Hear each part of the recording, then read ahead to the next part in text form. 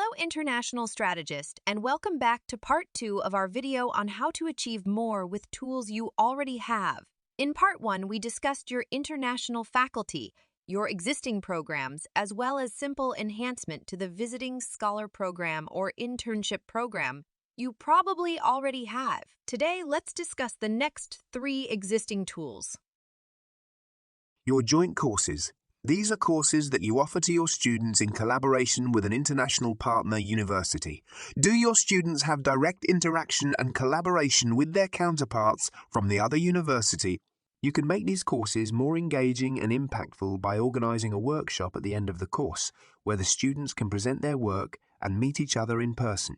You can also include another partner from a third country and create teams of students from 3 different countries and universities. This will give your students a unique opportunity to learn from different perspectives and cultures. This will also increase your at-home internationalization and let you include students who cannot or do not want to travel abroad. Don't forget your international office.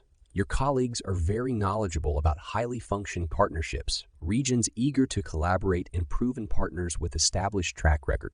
Acquiring understanding of the most productive international programs, best university practices, faculty models, as well as available logistical support brings fast results with least effort.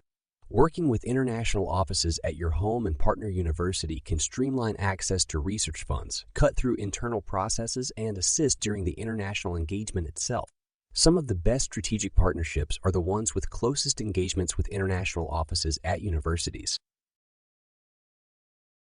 And what about your international alumni? They are a valuable resource for your university, as they can share their success stories, offer opportunities, and open doors for your students and faculty.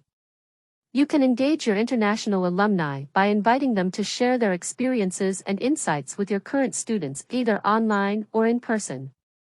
You can also ask them to provide opportunities for practical engagement, such as internships, workshops, small research projects, or mentoring.